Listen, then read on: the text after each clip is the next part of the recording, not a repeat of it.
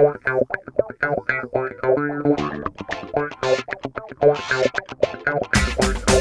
everybody, welcome to Open Door Philosophy, a podcast where a current philosophy major, that's me, and his former high school philosophy teacher, that's me, unpack a variety of big philosophical concepts in an understandable way, all towards the purpose of living a good life. Welcome to episode 13 on the life and ideas of Danish philosopher Søren Kierkegaard. Did I pronounce that right? You did. Awesome. Yes. So, last episode, you were about to embark on your grand journey to Poland and Copenhagen. How was that? Oh, man, let me tell you. We went to Poland because my brother and sister-in-law live there, and it had been some years since Mom had seen her son. So we are Mom's travel companions these days, and so Mom wanted to see her boy, so off to Poland we went. So it was, but I didn't know much about Poland as far as a country to visit. I was delighted. Poland is a beautiful country, beautiful people, and we started in the north up on the Baltic, in Gdansk and Gdynia, and then we traveled south and went all the way down south to the Slovakian border to a little mountain town called Zakopane, and spent some time in Krakow. But it's a beautiful country, and if a person is just ever wanting to spend a little time in Europe, Poland's a great place to do it. That sounds really fun. I was wondering this when you were leaving, if you were having to pack your suitcase full of, big winter fluffy coats, but I don't know if that's accurate. No, it was mild, although my brother-in-law said like the warm weather had just arrived. Really? Apparently this was one of Poland's coldest winters they have had in many years. And it gets very cold up there. If you look at it on the map and the latitude, it is very cold. And they love up there in the north. Boy, they love the water. They love the Baltic. Really? And I can see why. The summer season is so short. It was like 73 degrees and the beaches were packed and people were in the water. And, down here in Texas, if it's not 90 degrees or higher, we're like, it's not really a good beach day. Certainly a difference there in perspective, but it was really wonderful. I can see why people from that part of the world, just bask in the sun because the season is so short. How is the asking you so many questions? You can edit these out if you want to, but welcome to our travel podcast, ladies and gentlemen. How is I forget if we were talking about this when we were recording last week, but how is the COVID situation there? Oh, so that was interesting too. When we got to the airport in Houston to leave, when they asked us what our purpose for travel was, we said vacation. And they're like, oh no, I'm sorry, you can't go. You can't get on the plane. We're like, what? They're like, oh wait, we're going to see our brother. And they're like, oh, so you have family over there? We're like, yes.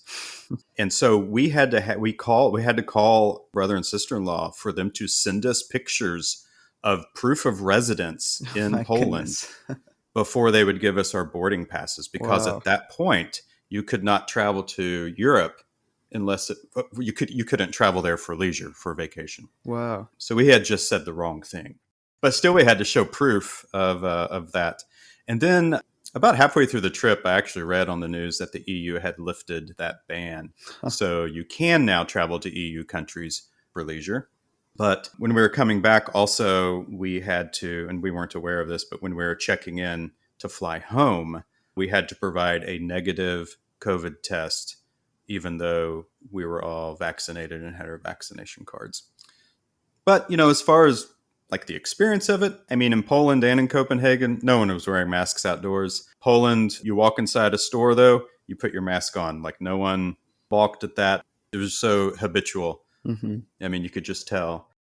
Well, listen, you've been keeping an eye on Houston while I've been gone. So how's life in Andrew's world? I just noticed this a few weeks ago, but I think every time I talk about the weather. So here's a weather update.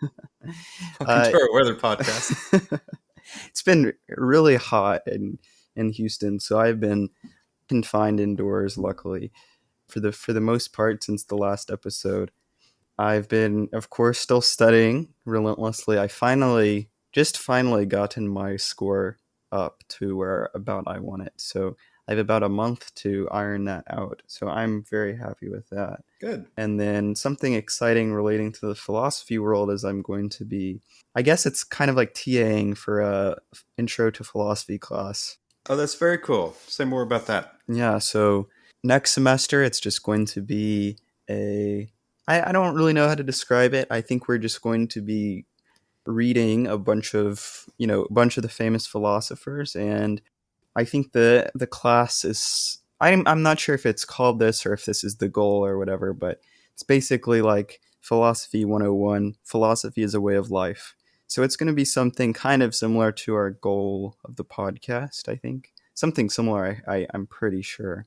So I'm super excited about that. About once a week, we're going to be breaking off into small groups of about 10, and we're going to be just having a small little discussion. So I'm really, really, really, really excited about that. Are you in charge of one of those small groups? Yeah, so I'm gonna be All right. leading one of those. I'm hopefully we'll have some good conversations, and I'll be able to learn just as much as everybody else. But yeah, we're gonna be covering some of my favorites like Plato and Aristotle, and gonna be covering some unknown subjects to me too. So I'm thrilled. I think we're covering Augustine for a little part of it too. So I think we were talking about him a few weeks ago. So I Yeah. am excited about that too. Oh man, don't let the power and authority go to your head. Yeah, I need to get some tips about how to do this from you. You need to read your Marcus Aurelius, really. Yeah, and that sounds like that might provide some good fodder for our podcast as well. Yeah, that's going to be really fun. We'll definitely have to talk. I'll keep everybody updated on that. All right, so Mr. Parsons, one of your highlights of your trip, I've heard, was the stop in Copenhagen, which was the quote-unquote stomping grounds for Kierkegaard, who's the topic of this week's episode. So I figured, kind of in the theme of that, if that's the right word, do you want to tell us a little bit about him? Yeah, it seems only appropriate to do an episode on Soren Kierkegaard here now that I've gone to his city, and it really was his city. He hardly ever left it in his entire life. He left for about 1 year to go to university in Germany, and that was really it. So he spent his entire life in Copenhagen, which was not a very large city at the time. So let's get into that. So Kierkegaard lived from 1833 to 1855. So he wasn't terribly old when he died. He was 42. Although he thought that he would not live past the age of 33, but we'll get to that later. So this is the time that he lived in Copenhagen. It was early to mid 19th century. So Copenhagen as a city was as large as most European cities at the time, but all that to say is it wasn't terribly large. It certainly wasn't large by today's standards. In fact, the cemetery that he's buried in was just opened in the mid 1800s because too many bodies were piling up in Copenhagen. They needed to build a new cemetery. So the one that he's buried in was technically outside of the city at that time. But when we were there, I mean, it was like less than a mile walk to get to it. And we were kind of in the middle of city center. So, he spent his entire life in the city of Copenhagen. He was a very intense individual, as we'll see as we go through all of this, through his life and his works. He was known for walking, and this is one of the reasons I wanted to go to Copenhagen so badly. Is that once we found out we were going to Poland, like the north of Poland, I mean it was literally a 40-minute flight from Gdynia to Copenhagen. So I was like, I told Kirsten, like, we have to go to Copenhagen. I've got to see all the Kierkegaard sites. So he was really well known for walking. In fact, he was kind of lampooned for walking so much. He was always out and about in the city with his cane and his top hat and his gloves, and he was walking all the time. So here's a quote from him. He says, "Above all, do not lose your desire to walk. Every day I walk myself into a state of well-being and walk away from every illness. I have walked myself into my best thoughts, and I know of no thought so burdensome that one cannot walk away from it." So when he wasn't writing, he was walking. So in that quote, he says he knows of no thought so burdensome that he cannot walk away from. Kierkegaard did have a fairly tragic life. Some of that was self-inflicted. However, by today's standards, we would say that he was clinically depressed, had a great degree of anxiety. He writes about that from an existentialist point of view. But he kind of had good reason for this. By the time he was 25, five of his six siblings had died, and both his mother and father were dead as well. So Jeez. by the time he is 25, he has one sibling. And this is because he believed that, or rather his dad believed that there was this family curse on them. And like I said earlier, Kierkegaard did not believe he would live past the age of 33. I can't remember why he came up with that particular number, but his father cursed. Well, his father was very upset at one point about their financial situation. And this may have even been before Kierkegaard was born. And apparently his father went up on top of a hill and cursed God for it. Oh. And because he had done this, his father was very devout. But because he had done this, his father felt like the family kind of had a curse because he had done this. And it sort of seems that, at least from Kierkegaard's perspective, with his father and his mother and five of his six siblings dying, it seemed to him that this curse was real. So he was always very mindful of death and that it was coming for him. That's kind of interesting. I remember, I don't know how accurate this is because I've never really delved into Kierkegaard, but from what I remember, I think Kierkegaard writes a little about Greek tragedy a little bit, in one of his books or something. And I think that he discusses, or he critiques, Aristotle's love of Sophocles' Oedipus Rex, because Oedipus seems to have this huge curse or stain on him. And I think he criticizes that. Could be wrong, but I'm pretty sure, from what I remember, he criticizes him for something like, it's not Oedipus's fault because it's not his own sin. Like it's more of a sin that's inherited through his family. It's not really Oedipus's fault. I didn't know this about Kierkegaard, but I'm wondering if it has any connection to that. That certainly could. And to kind of just continue the tragedy, if you will, one of the things he's very well known for is his failed romance with a girl by the name of Regine Schlegel. I think I'm saying that correctly.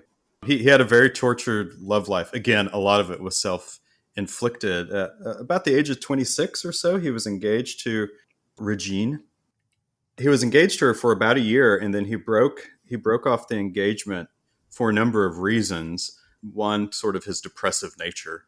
He was always just very intensely concerned about everything.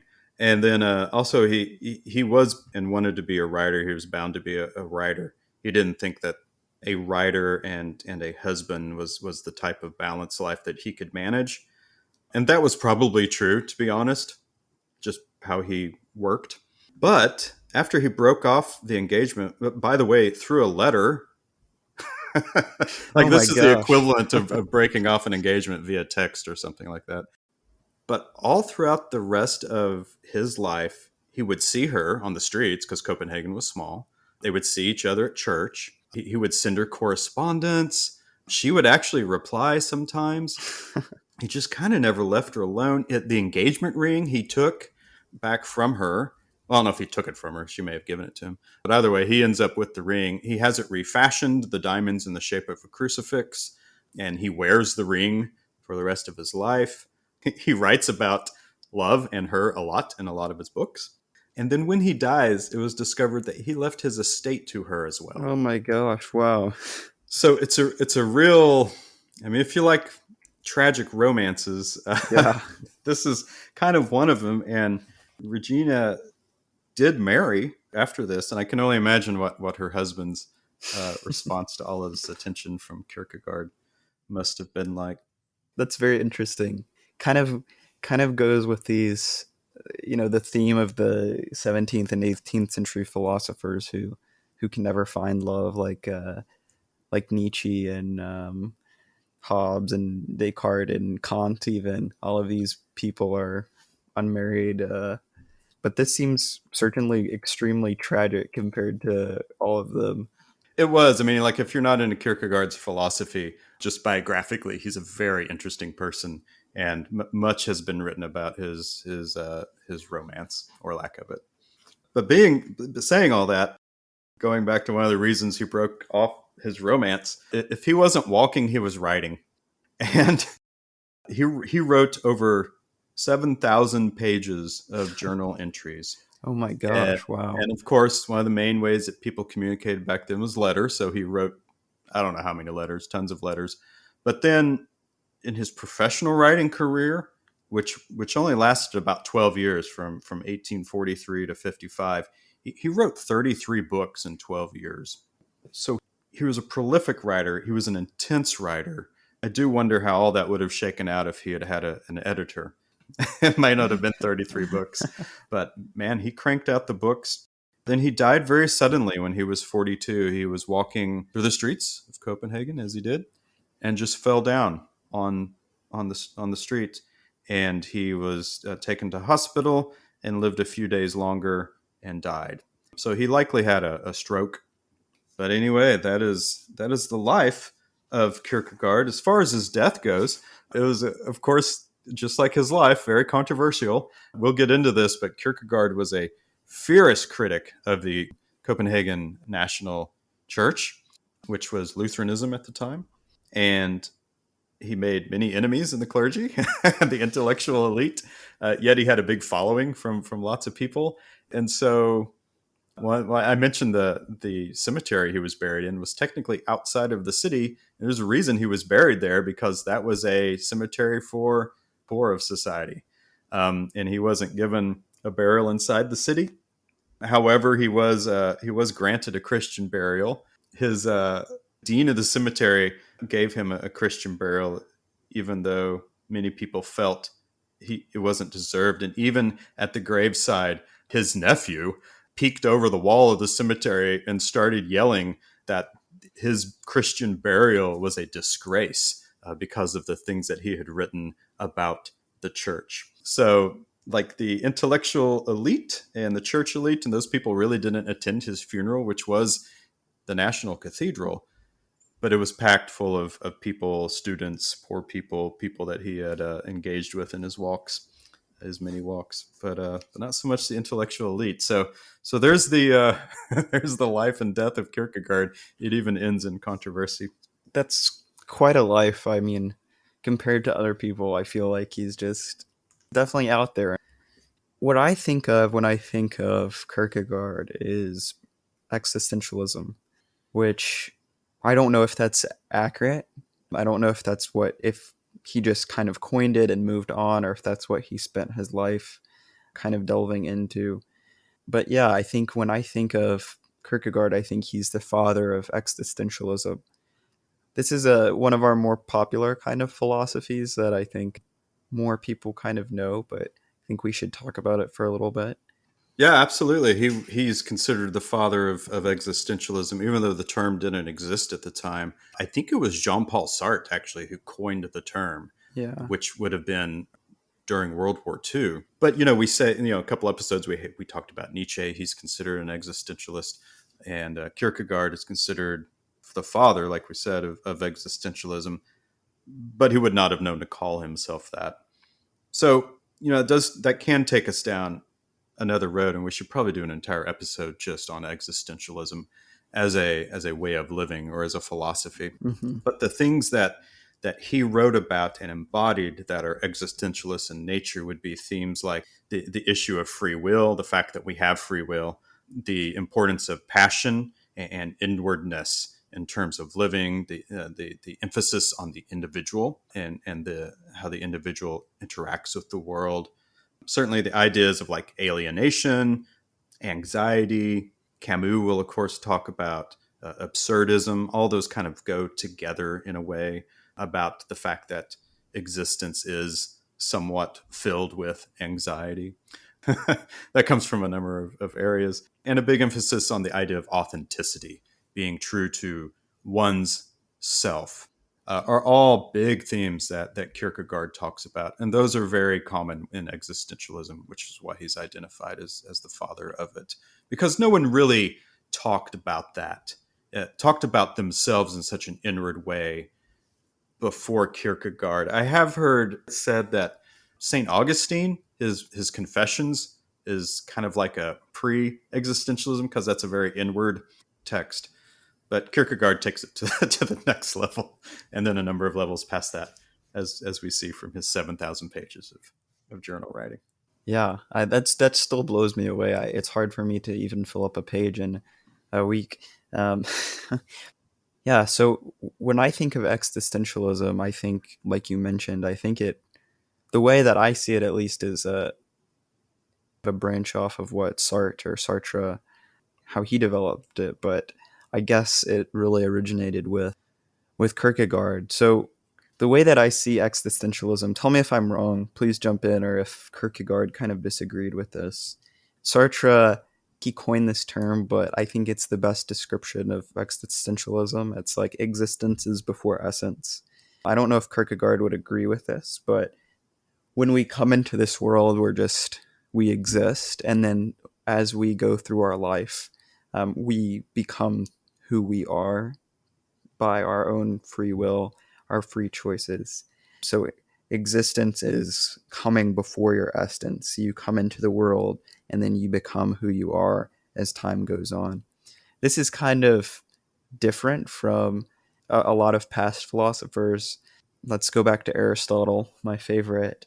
He's thinking that essence is preceding your existence. So he's thinking that, you do have a purpose in your life that is kind of granted to you before you're even born, that just comes with you being a human being, and that essence is locked into all humans, every single one. And for you to be good, you need to follow this. For you to be good and happy, really, you have to be following you have to be following your essence. You have to be kind of finding that through. So your essence is very much preceding but influencing your own existence. Is that kind of right, Mr. Parsons? Kierkegaard would kind of say that the existence is preceding the essence. Yeah, I mean, this is a very typical existentialist view. Sartre, of course, probably the most famous of the existentialists, if not maybe Camus. The development of existentialism as a school, if you will, doesn't really formalize until about World War II.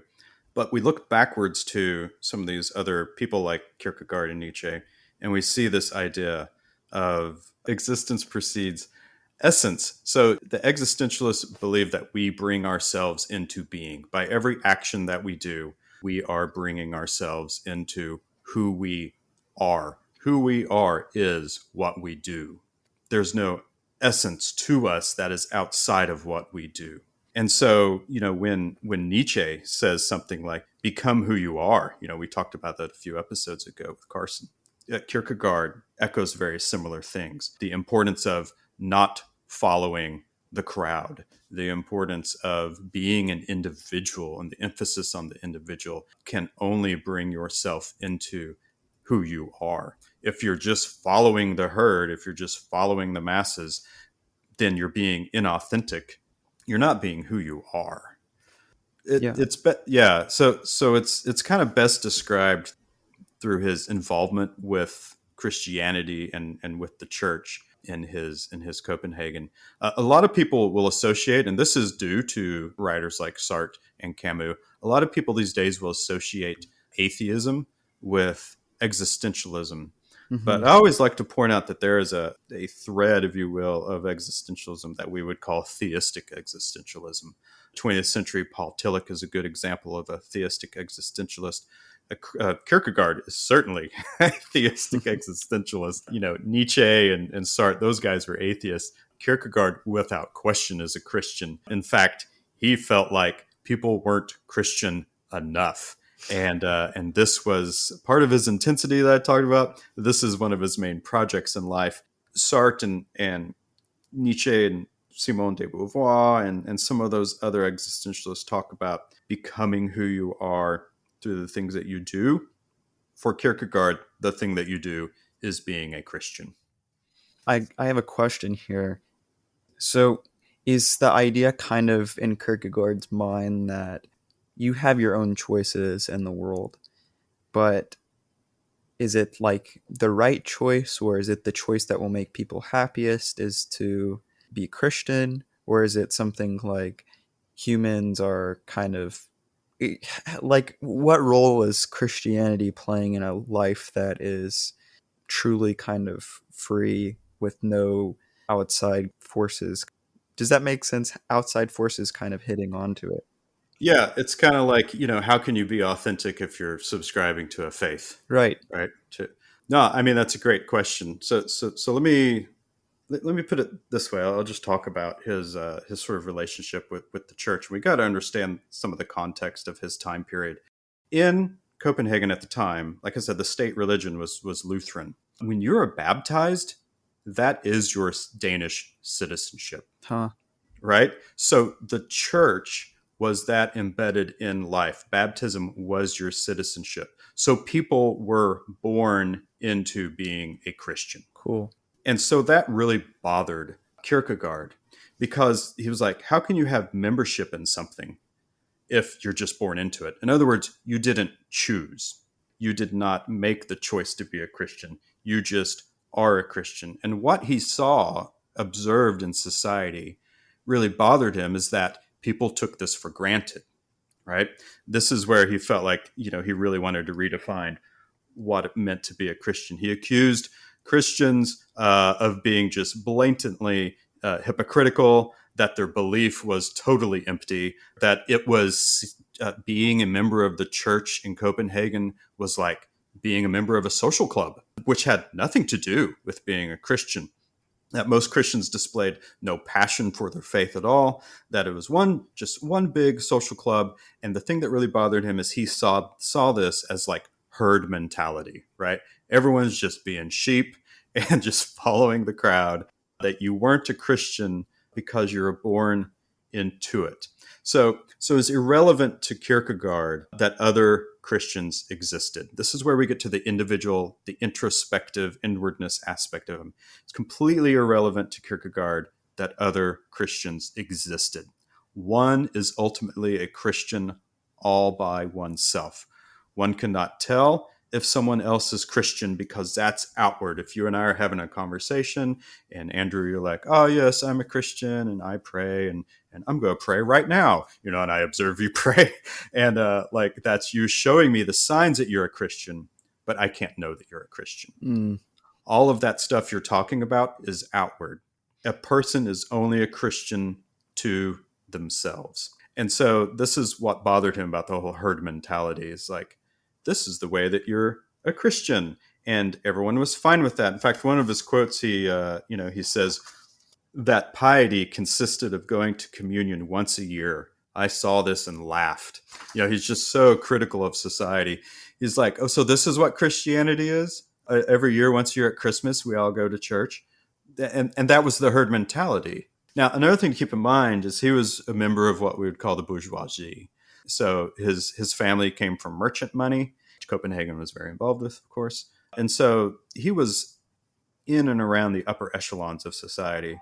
This is another thing that he was critical of. He felt like this membership to the bourgeois class also held him and others back from being authentic because you saw what so-and-so was doing or wearing or what kind of house they're living in or the way that they were acting in society. And everyone just starts mimicking each other. And all of that just bothered him. So a big issue for him, I guess to kind of circle back, a big issue for him is inwardness and passion.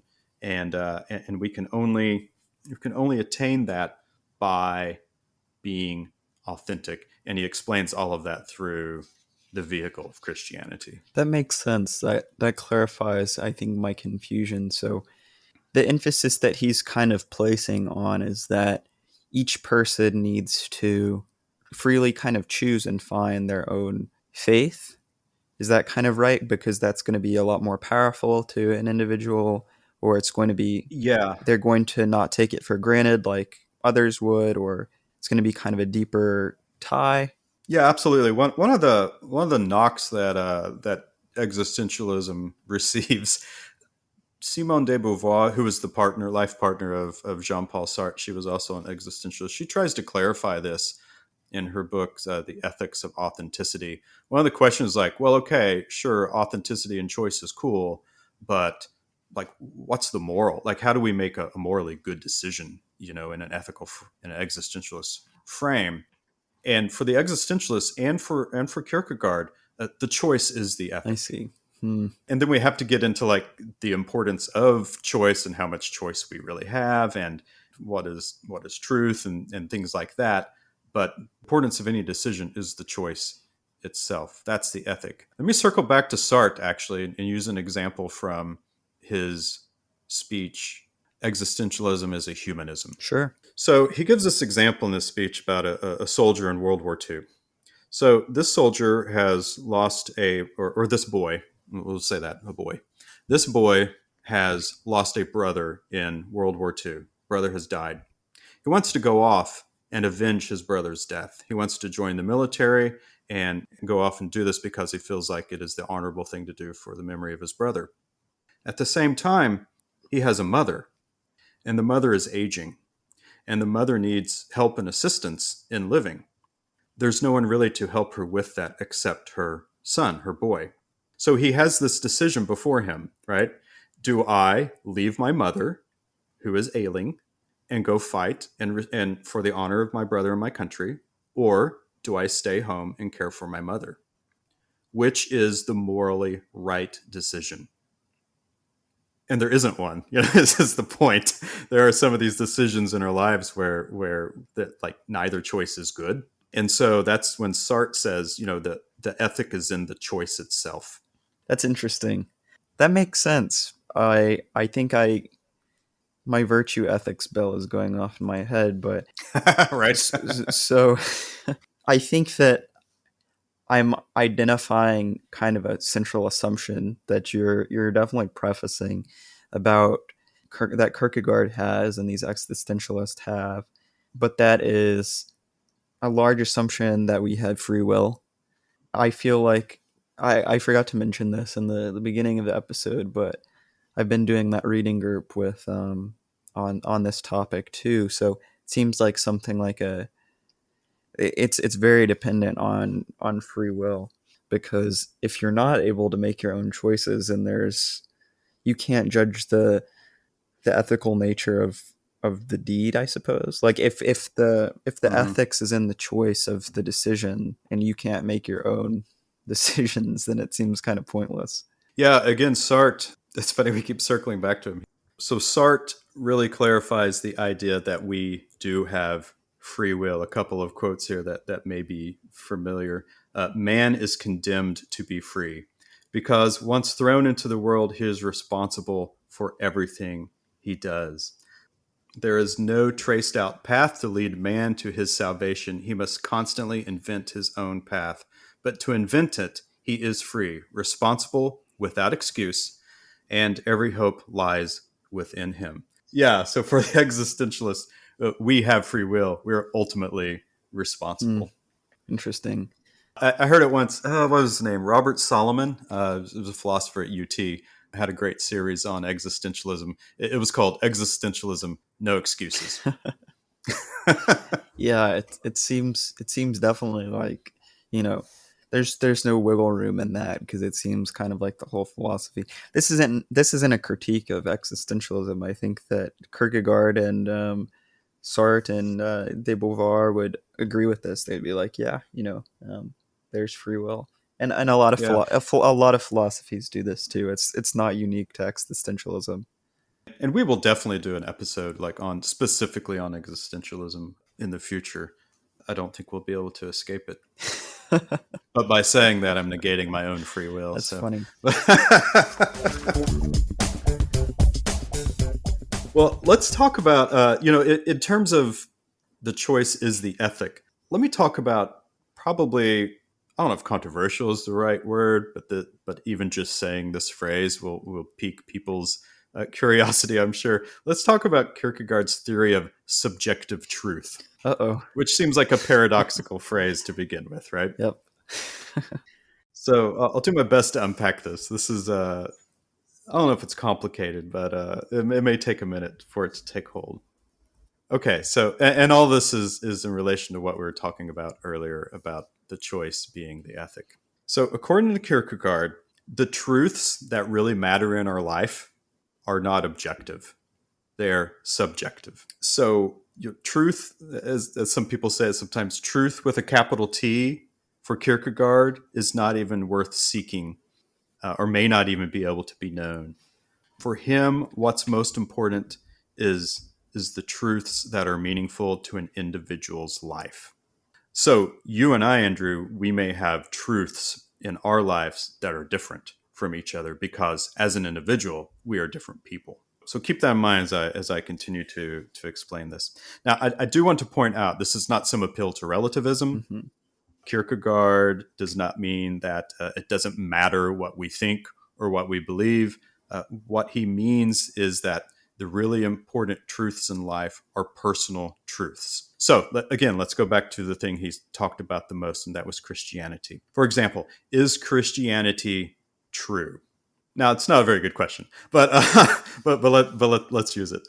This is not a question that can academically or objectively be answered. It can't be reduced to like its smallest part. It's not Christianity or the existence of God is not something that can really be proved rationally, according to Kierkegaard and many other theistic philosophers as well. They say, reason has its limits, and there are some things that just can't be reasoned or proven objectively. Kierkegaard says it can only be known to the individual by the individual throwing themselves passionately and with sincerity into Christianity. And the answer to this and other similar questions can only be arrived at through faith. There'll be more to say about that in a second. So things we can know through reason or knowledge, according to Kierkegaard, are really totally unimportant. This may bother some people. But for instance, like 8 plus 4 is 12. Easy. Rational. We can arrive at that. It's easy. We can be absolutely certain of this because it's an example of reasoned truth. But Kierkegaard would say, yeah, but is that something we include in our daily prayers? Is 8 plus 4 equals 12 something that impacts our life in a meaningful way? Is it something that we will lie about and ponder over when we are dying? Oh my God, 8 plus 12. I mean, 8 plus 4 is 12. I can't believe it. No, he's like, these types of truths are totally unimportant to the question of existence. So this is why he says personal truths is subjective truth. These are the types of truths that are meaningful. Truths that are arrived at rationally generally are not meaningful. That's rough. It is. I think something that you kind of mentioned is important to highlight is that I don't think that Kierkegaard is a relativist, which I think is the easiest pseudo-criticism of this kind of idea. So when I was first thinking about this idea of subjective truth, I was thinking something like, this doesn't really make sense in a relativistic way. Because if there's no truth, that seems like a truth of itself, which I think that could be a criticism perhaps, but it's not something. I don't think Kierkegaard is saying something like you said, 8 plus 4 does not equal 12. He's not going to say, well, to me, 8 plus 4 does equal 12, but, to you, that might not. Like, I think there are some relativists who would try to argue something like that. But I think it's important to highlight the difference kind of with the subjective truth that Kierkegaard's thinking about. It seems almost like this is it's a subjective truth in terms of the way that someone is, I guess. Is it kind of like the values that you're holding, the way that you're living, the things that you find like important to you? That's the subjective nature of things. Yeah, and that truth is something specific to the individual, that particular truth. Let's use a couple of different examples, Sure. like outside of Christianity. Although I'll circle back and say, like, Kierkegaard said that individuals have to throw themselves passionately into whatever it is they're trying to discern truth about, and his concern is Christianity. We can read books about Christianity. We can read other philosophers, C.S. Lewis, whatever, that have written about Christianity to try to rationally prove whether it's true or not. But Kierkegaard says, I mean, it's all great information, but you'll never know that truth until you throw yourself passionately into it. So let me set up a little scenario for you, Andrew. Right? Let's say that you did something really terrible to me. I don't know what that is, but Andrew, oh, I can't believe it. You have offended me. So you've said, I don't know, maybe you've said something false about me or something, and you've ruined my reputation, right? And it's caused me to lose my job because you're angry with me about something. But then some years go by, and you give me a call and you want to meet up for coffee so that you can like come clean about this situation. And you tell me what happened and why you did it and that you feel absolutely terrible all these years later. And I respond by saying, I forgive you. Here's the question. How can you know? How can I know that you actually forgave me? Yeah. Well, I guess I would kind of try to see how sincere the statement was. But is Kierkegaard going to say that that I can not truly know that you are actually being sincere? Yeah, because any indication that you might have that I'm sincere with my forgiveness would be outward. It would be something I said or the way I said it. It might be like body language that I'm using when I'm saying it. It might be the tone of voice I'm using when I'm saying it. But all of those things are outward. Can you ever truly know that I have forgiven you? I guess Kierkegaard would say no. I can see this kind of flashback to what you were saying earlier with Christianity. He can't know that these people around him are actually Christians or not, nor would it be his responsibility, I suppose, to know. It's just like, it's his, kind of like you were saying, right? It seems like it's very individual. But kind of like I was saying earlier, I don't know how to frame this objection that I'm having in my head, but it's something like the idea that we have no indication that there's no truth does not detract from the possibility that there is truth in itself, right? Like, it doesn't seem like a negation that truth actually, like a fundamental objective truth actually exists. It just seems like denying or creating the possibility that it does not exist. It's not a total negation, if that makes sense. Mm-hmm. I don't know if that's a valid objection, but that's what I'm kind of sniffing around at. Well, that subjective truths are truths that are existentially important for you to know. So, with the forgiveness example, it's important. Like, you called me years later to ask for forgiveness. Mm-hmm. Like, it's existentially important for you to know that I have forgiven you. Mm-hmm. Now, we have to put up with the anxiety, the absurdity, whatever, of the fact that you can never truly know within me that I have forgiven you. But this is why it becomes a question that you're intensely concerned with. Let me use a different example and see what you think. You can never know whether or not a person is in love with you, Sure. right? Or it doesn't even have to be romantic love. It could be friend love. It could be love from your parents. It's just something you have to believe or hope, right? There can be all kinds, let's say you're married, there can be all kinds of evidence that your spouse loves you, right? Through the way your spouse interacts with you, the way they touch you, the way they hold your hand, the way they look into your eyes, or maybe some of the things they do for you, like, they like doing nice things for you. All these, or certainly verbal, they tell you all the time that they love you. But you can never really know that they love you.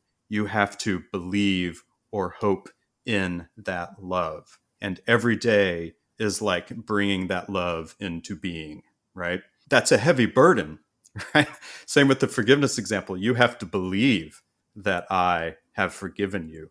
And you have to bring that belief into reality within yourself. See, so Kierkegaard's point is like these types of things, love, forgiveness, faith in God, these are more important than like the sum of a triangle is 180 degrees, which is something that can objectively be known.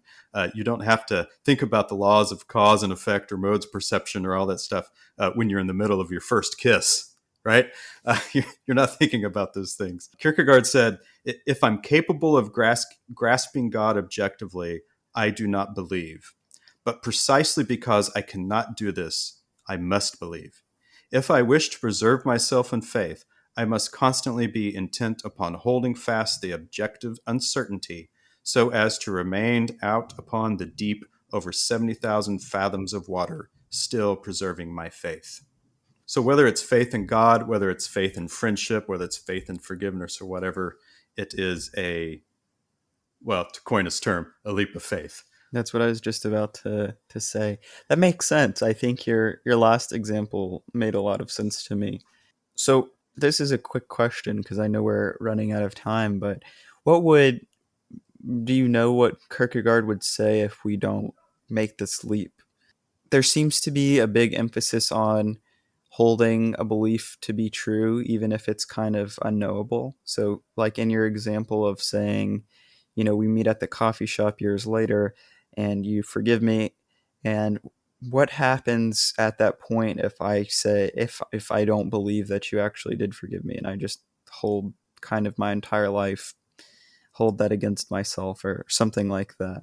Does that make sense? Yeah, like what's the consequences of Yeah, that? like it seems like Kierkegaard's saying you're going to live kind of a bad life or a life filled with kind of dread. Yeah, I mean, for him, it's the fact that you're not confronting these very difficult questions that is lessening the quality of your life. I see.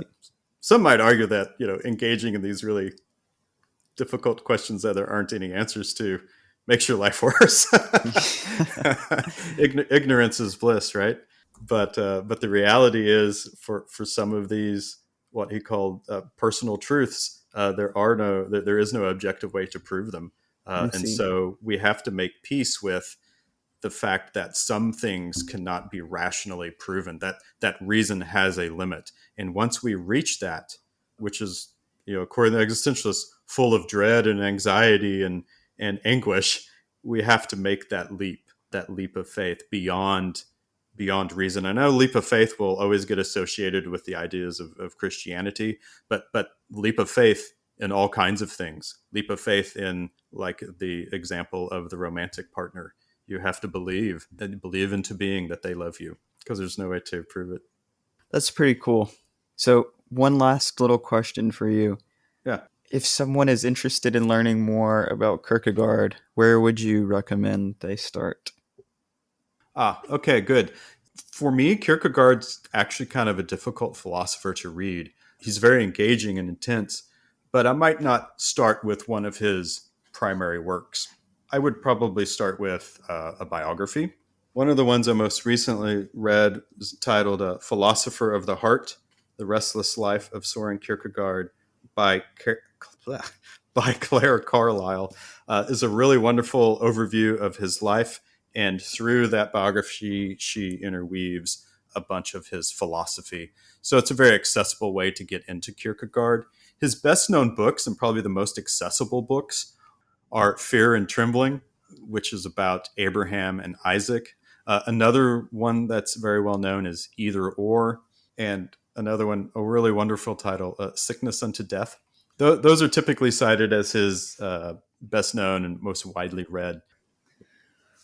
All right, everybody. So, come into the quote corner.